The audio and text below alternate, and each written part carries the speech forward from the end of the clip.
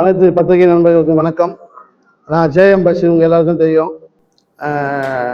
நான் தேசிய தலைவர் தேவர் பெருமான்ற திரைப்படத்தில் தேவரா நடிச்சிருக்கேன். இந்த படம் தென் தமிழகம் முழுவதும் மிகப்பெரிய வெற்றி அடைஞ்சிருக்கு.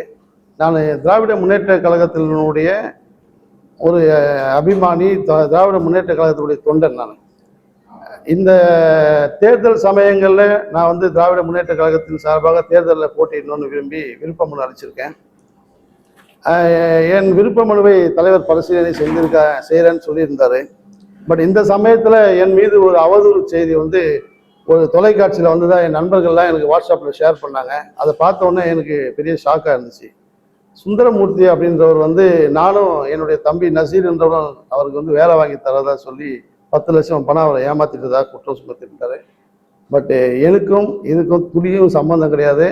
ஏன்னா என் அக்கௌண்ட்லேயோ என்னை நேரில் பார்த்தோ அவர் இதுவரையும் பணம் கொடுத்தது கிடையாது. இது சம்பந்தமாக நான் ஏற்கனவே 11/11/2025 அன்னைக்கு நான் என்னுடைய டிரைவர்கிட்ட சண்டை போட்டிருக்காங்க. இது மாதிரி நசீர்ன்றவர் பணம் வாங்கிட்டாரு, அவரு காட்டு அப்படின்னோடனே என் டிரைவருக்கு அவருக்கு சண்டை ஆனோடனே இது சம்பந்தமாக வலசரவாக்கம் காவல் நிலையத்தை நான் புகார் அளித்து அவங்க மேலே கேஸ் போட்டு அதுக்கப்புறம் அவங்க மன்னிப்பு கேட்டு அந்த வழக்கை என் டிரைவர் அழகர் வாபஸ் பெற்றார்.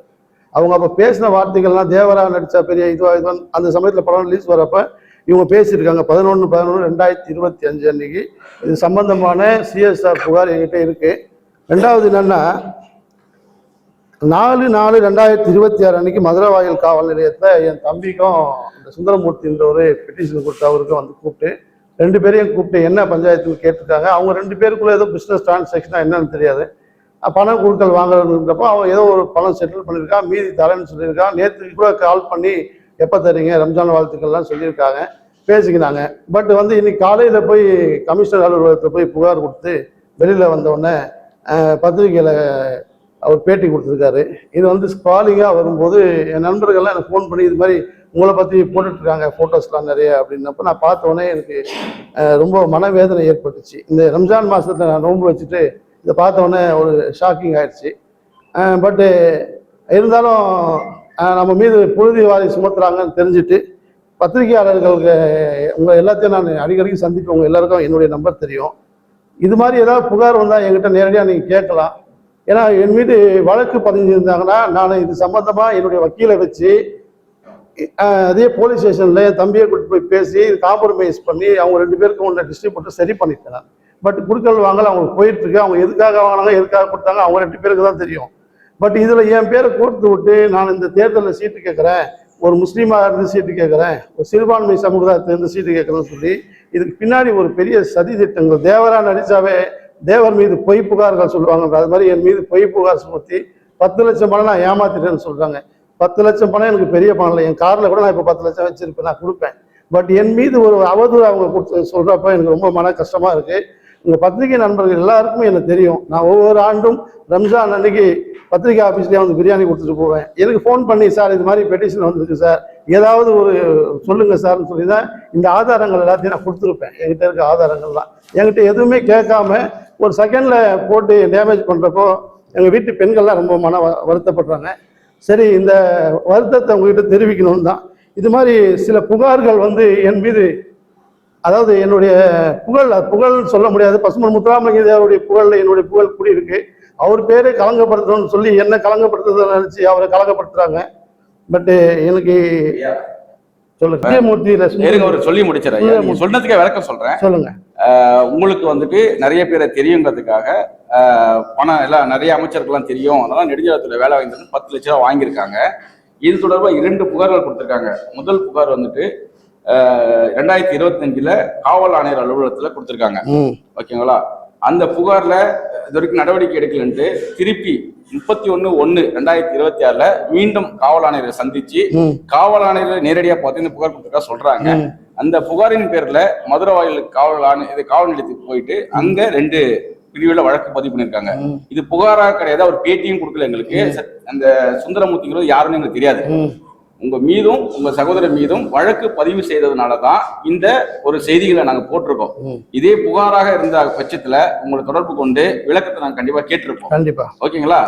வழக்கு பதிவு செய்த காரணத்தினாலதான் உங்கள் மேல வந்து இந்த செய்தியை நாங்க போட்டு யாரும் சுந்தரமூர்த்தியோ யாரோ தவறாவோ அவதூறாவோ எந்த ஒரு அவதூறும் உங்க மேல பரப்பல. இது வந்து போலீஸ் நடவடிக்கை எடுத்திருக்காங்க, எஃப்ஐஆர் போட்டிருக்காங்க. முதல் தகவல் அறிக்கையில உங்க பெயர் இருக்கு. அதன் அடிப்படையில தான் இந்த செய்திகள் நாங்க போட்டிருக்கோம். ஓகேங்களா? நாங்க உங்க அவதூறு பரப்பலங்கிறத நாங்க திருப்பி சொல்லுவோம். இப்போ என்னுடைய மைண்டை வந்து நீங்க ஓபன் பண்ணிட்டீங்க. என் மீது எஃப்ஐஆர் போட்டுறாங்க, என் தம்பியை வந்து A1 A2 போட்டுட்டாங்கிறப்போ நான் இது சட்ட பிரகாரம் நான் சந்திக்க தயாரா இருக்கேன். என் மீது குற்றம் இருந்தால் நான் சட்ட பிரகாரம் சந்திக்க தயாரா இருக்கேன். ஏன்னா நான் யாரிடமும் இது ஒரு நம்பிக்கை மோசடி செஞ்சது கிடையாதுன்னு எல்லாருக்கும் தெரியும். இந்த வழக்கை வந்து அவங்க எத்தனை வாட்டி எங்கெங்க கொண்டு போயிருக்காங்கன்னு எனக்கு எல்லாருக்கும் தெரியும். காவல்துறையில வந்து இந்த வழக்கு பொய் வழக்கா இல்லை உண்மையான வழக்கான்னு நீதிமன்றம் தான் விசாரணை செஞ்சு முடிவு செய்யணுமே தவிர இன்னைக்கு எஃப்ஐஆர் போட்டால் நான் குற்றவாளியா என் தம்பியை குற்றவாளி ஆக மாட்டாங்க. பட் சேனல்ல போட்டாங்க நியூஸு, அதுக்கு எனக்கு வருத்தம் தெரியும். எனக்கு அது வருத்தம் கிடையாது. பட் என்னுடைய உரிமையை நான் சொல்ல வந்திருக்கேன். ஏன்னா நான் இது சம்பந்தமா என்கிட்ட எல்லா பொறுப்பும் இருக்கு. இது காவல் நிலையம் விருகம்பாக்கம் காவல் நிலையத்திலையும் சரி, வலசரவாக்கம் காவல் நிலையத்திலும் சரி, மதுரவாயல் காவல் நிலையத்திலும் சரி சம்பந்தமான புகார் தொடர்ந்து ஒவ்வொரு காவல் நிலையமா அந்த தம்பி போய் கொடுத்துட்டே இருக்காரு. அவருக்கு என் மீது என்ன காழ்ப்புணர்ச்சின்னு எனக்கு தெரியல.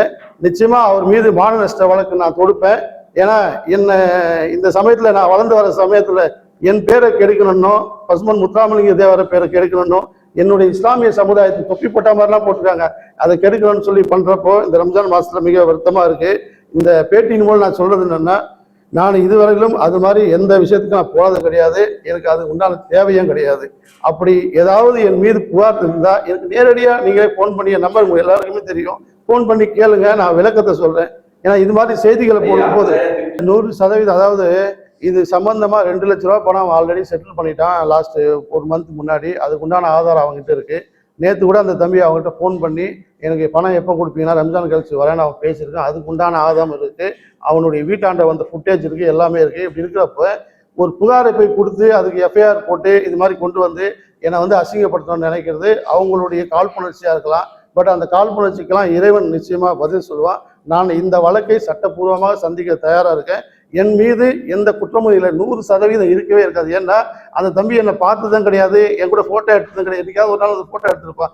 எனக்கு என் அக்கௌண்ட்ல பணமோ ஒரு 100 ரூபாவோ ஜிபேலையோ இல்லை அக்கௌண்ட்லயோ அமிச்சது இருக்கவே இருக்காது. பட் அதுக்கு உண்டான ஆதாரங்கள்லாம் அவர் கொடுக்குறப்போ நிச்சயமா அவருக்கு உண்டான நீதியை நான் பெற்றுத்தர தயாரா இருக்கேன். ஆனா இந்த வழக்கை நான் சட்டப்பூர்வமா சந்திக்க தயாரா இருக்கேன். இது மூலியம் சொல்றது என்னன்னா, என் மீது இது மாதிரி பொய் புகார்கள் ஏதாவது வந்தா அது உண்மையா இல்லையான்ட்டு ஒரு வாட்டி தயவுசெய்து கேட்டுங்க. எஃப்ஐஆர் போட்டோன்னு பிரதர் சொல்றாரு. நான் பிரதர் மேல எனக்கு எந்த வருத்தமும் கிடையாது. ஏன்னா நானும் அவரை ரொம்ப க்ளோஸ் ஃப்ரெண்டு தான். அவருக்கு தெரியும் என்னை பத்தி, எனக்கு தெரியும் அவரை பத்தி. பட் உங்க அனைவருக்கும் என்னுடைய மன குமுறலை சொல்லான்ட்டு வந்தேன். இந்த மாதிரி புகார்கள் யார் தெரிவித்தாலும் என் மீது உள்ள காழ்ப்புணர்ச்சியினால் தான் தெரிவிப்பாங்களே தவிர எனக்கு இந்த வேலை கிடையாது. நான் வேற தொழில் செஞ்சுட்டு இருக்கேன். நான் என் வாழ்க்கையில் நேர்மையாக இந்த ரம்ஜான் மாசத்துல இது மாதிரி ஒரு குற்றச்சாட்டு சுமத்திலிருந்து எனக்கு ரொம்ப மன வேதனை தெரிகிறது.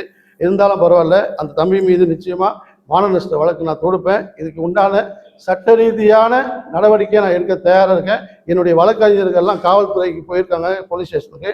நேரம் பேசி அவங்க முடிச்சிருப்பாங்க. உங்க அனைவருக்கும் ரம்ஜான் திருநாள் நல்வாழ்த்துக்கள். நன்றி. ஆனா என்ன அரசியல் தூண்டுதல் இருக்கிறாங்களா இல்லையான்னு எனக்கு தெரியாதுண்ணே. ஏதோ ஒண்ணு அவரு சார் என்ன சொல்றாருன்னா, எஃப்ஐஆர் போட்டதால தான் நான் நியூஸ் போட்டேன்னு சொன்னாங்க. பட் அது வந்து நான் அதுக்குள்ள வரல. எஃப்ஐஆர் போட்டதுனாலே நான் குற்றவாளி ஆக முடியாது. நீதிமன்றம்னு ஒண்ணு இருக்கு, அங்க போனதான் தெரியும். இல்லைன்னா ஓட்டுநர் கூட ஒரு வாக்குவாதம் ஆச்சுன்னு சொல்றீங்க, உங்களோட ஓட்டுநர் கூட. அப்பயே நீங்க அதை விசாரிச்சிருக்கலாம் இல்லையா, என்ன பிரச்சனை? உங்க தம்பிகிட்ட இது தொடர்பா கேட்டீங்களா? அவருக்கு என்ன வாக்குவாதம், என் தம்பியை தேடி ஓட்டுநர் கிட்ட வந்து என் காரை அடிச்சு உடைக்கிறாங்க. தேவரன்னா பெரிய ஆளா அப்படின்னு என் காரை உடைக்கிறப்ப என் ஓட்டுநர் போய் புகார் அளிக்கிறாரு. அப்பதான் கூப்பிட்டு கேட்டேன், என்னடா தம்பின்னா இது மாதிரி சொன்னா. அப்பயே நான் பேசி இது சம்பந்தமா வழக்கு வந்து போலீஸ் ஸ்டேஷன்ல கொடுத்துட்டோம். அவங்க பேசி 2 லட்ச ரூபா ஆல்ரெடி கிரெடிட் ஆயிடுச்சு அவங்க அக்கௌண்ட்ல. இன்னும் கொஞ்சம் பணம் 1 2 3 தர வேண்டியது இருக்கு. அதுவும் அவங்க கொடுக்குறாண்டா. நேற்று கூட ஃபோன் பண்ணி ரம்ஜான் வாழ்த்துக்கள் என் தம்பிக்கு சொல்லியிருக்காப்புல. இப்படி இருக்கப்போ ஒரு புகாரை கொடுத்தாரு. அப்படின்னா வந்து திரு நசீர் அவர்கள் வந்து உங்க பேரை பயன்படுத்தி பணம் வாங்கியது உண்மைன்னு ஒத்துக்கிறீங்களா? அவன் வந்து கொரோனா மெட்டீரியல் தயாரிக்கக்கூடிய ஒரு கம்பெனி வச்சிருக்கான். அந்த கம்பெனில இந்த தம்பி வேலை செஞ்சிருந்தான். அவங்களோட பார்ட்னராக இருக்கான். வேலைக்கெல்லாம் அவன்லாம் யாருக்கும் கொடுக்க மாட்டான். ஆனால் அவன் வேற தொழில் பண்ணிட்டு இருக்கான். கொரோனா சப்ளையர்ஸாக இந்த தமிழ்நாடு, கேரளா, கர்நாடகா 3 ஸ்டேட் அவன் தான் பார்த்துட்டு இருக்கான். சும்மா அவன் பேரையும் இது மாதிரி டேமேஜ் பண்ணுறாங்க, வேறு ஒன்றும் கிடையாது.